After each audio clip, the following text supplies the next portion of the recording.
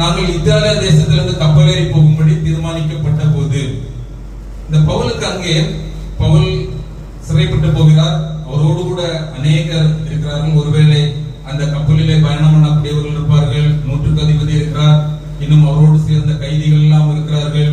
இந்த நூற்றுக்கு பல பட்டணங்களை அவர்கள் என்ன செய்கிறார்கள்? கடந்து செல்ல வேண்டும். ஒவ்வொரு பட்டணங்களையாக கடந்து செல்லும் பொழுது ஒருவேளை அந்த நூற்றுக்கு அதிபதி என்ன செய்கிறார்? இந்த பவுல் மேல கொஞ்சம் தயவு பண்ண அவர், நீ என்ன செய்யலாம், உன்னுடைய நண்பர்களோடு சேர்ந்து போகலாம், இதை செய்யலாம், அதை செய்யலாம் என்று சொல்லி பல நிலைகளில் அவருக்கு உதவியாக இருக்கக்கூடிய ஒரு சூழ்நிலை. அங்கே பார்க்கும் பொழுது அந்த படகு இவர்களுக்கு சாதகமான சூழ்நிலையிலே என்ன செய்யவில்லை, செல்லவில்லை. அப்பொழுது இந்த பவுல் என்ன செய்யறாரு? ஒருவேளை ஆண்டவர் தரிசனத்திலே கொடுத்திருக்கலாம். பவுல் சொல்றாரு, நம்ம பயணம் செய்யறது அவ்வளவு சாத்தியமான ஒன்றா காணப்படல.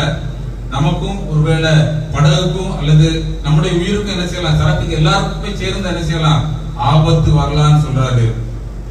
எந்த இடத்துல நாம் யோசித்து பார்க்கணும். ஒருவேளை நாம் தேவனுடைய பிள்ளைகளாக இருந்தாலும் சரி, நாம் ஒரு நம்முடைய உலக பிரகாரமான அந்தஸ்தை வைத்துதான் நம்முடைய காரியங்களை நிர்ணயிக்கக்கூடிய ஒரு உலகத்திலே நாம் வாழ்ந்து கொண்டிருக்கிறோம்.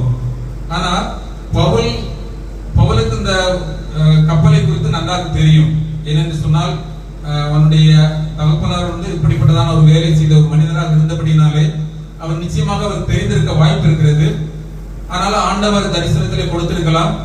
ஆனாலும் அந்த நூற்றுக்கு அதிபதி என்ன செய்கிறார் என்று சொன்னால், பவுலினால் சொல்லப்பட்ட அந்த வார்த்தையை செவி கொடுக்காமல் மாலுமையை முழுவதுமாக நம்பினார். அதன் விளைவாக அவர்கள் என்ன செய்கிறார்கள்?